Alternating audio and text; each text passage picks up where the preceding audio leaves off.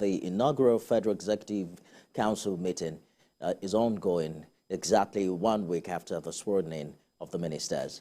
The meeting, presided over by President Tinubu at the Council chamber, had the 45 ministers in attendance, including the Vice President Kashim Shettima. The meeting was initially scheduled for last Wednesday, but was postponed to give the ministers more time to settle into their various ministries after the swearing-in ceremony just 2 days earlier.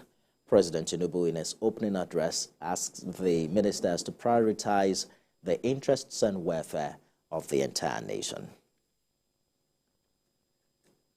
And the Minister of Art, Culture and Creative Economy, Hannatu Musawa, has dismissed a statement purportedly released by her in relation to the controversy surrounding a National Youth Service Corps status.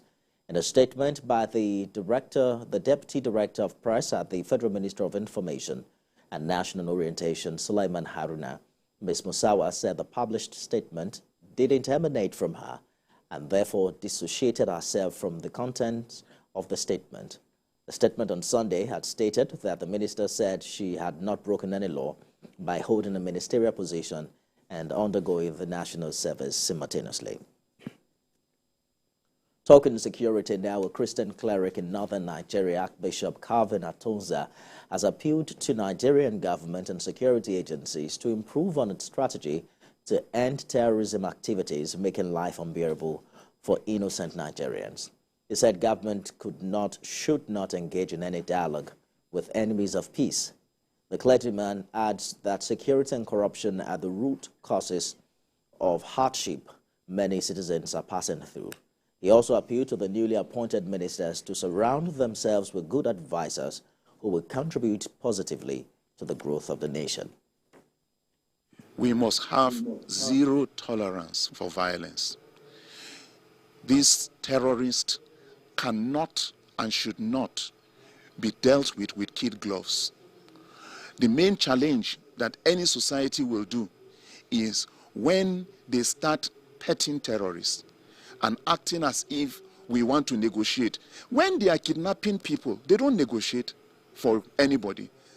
When they are killing the people, there's no negotiation.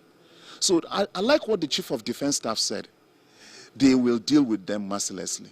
It is only when you make it look so uncomfortable for you to kidnap, for you to be a terrorist, that they will stop the game. Elsewhere, the factional president of the National Union of Road Transport Workers, Tajuddin Agbede, and his 24-man caretaker committee have resumed work at Union Secretariat in Abuja. Mr. Agbede, who was welcomed by union members after a delegation conference on 26th of August to elect the union's National Executive Council, promised to look into welfare of members who have labored for the interest of transport workers across the country.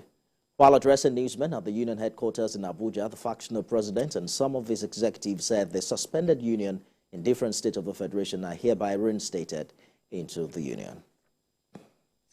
4 years ago, there is no return that external auditor should come and audit. It will go and bring kangaroo people, and we are tired of that. We want another man. The generality of Southwest that gave him the first 4 years said we don't want him, that should come back home. We want Tajuddin Agbede Badru as our president. That is what we want, sir. Between today and or tomorrow, everybody will be in his office permanent. There are some members in our states in the country have been suspended by the former president, and yesterday we are lifting the suspension for all of them. So they should come back home and let us work together in harmony and carry on our legitimate work as a member of the National Union. Our people are happy with the new caretaker, and that's why they are singing and they are happy for everything that is happening here today.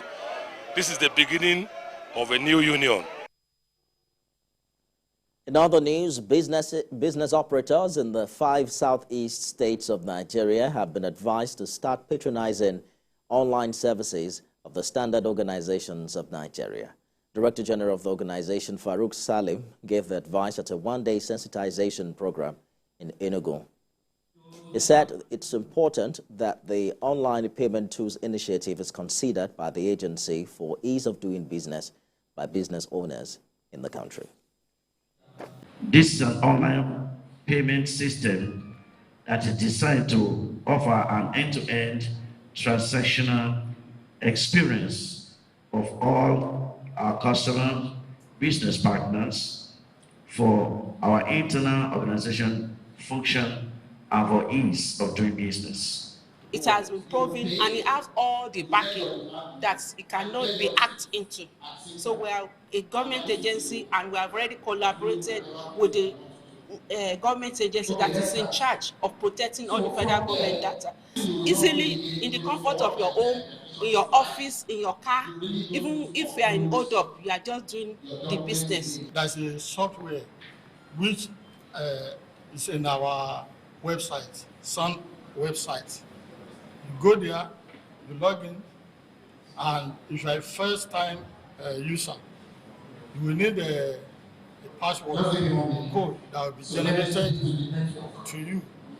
So once you log in, you will go to all the services being rendered by SON. From the comfort of our rooms, we'll be able to transact with Sun and then be able to do all the things we normally do that take a lot of energy, time, and resources from us. We can now do those things and it is going to save us a lot of cost. And now to Nasarawa, where the Federal Airport Authority of Nigeria has called on the state government to utilize the new Usman Danfodio Airport in Lafia to promote the export of agricultural products and solid minerals. Lead coordinator of the Aviation Cargo Roadmap Development Committee of FAN, Ikechi Uko, made the call when the committee paid a courtesy visit to the state Deputy Governor, Emmanuel Akabe. The committee believes more revenue would be generated for the state and that the country, and indeed the country, if the state government takes advantage of the new airport.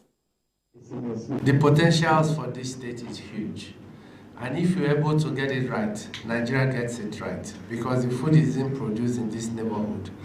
And by the time you put it on the road to either Lagos or the Port Harcourt to ship, it loses value.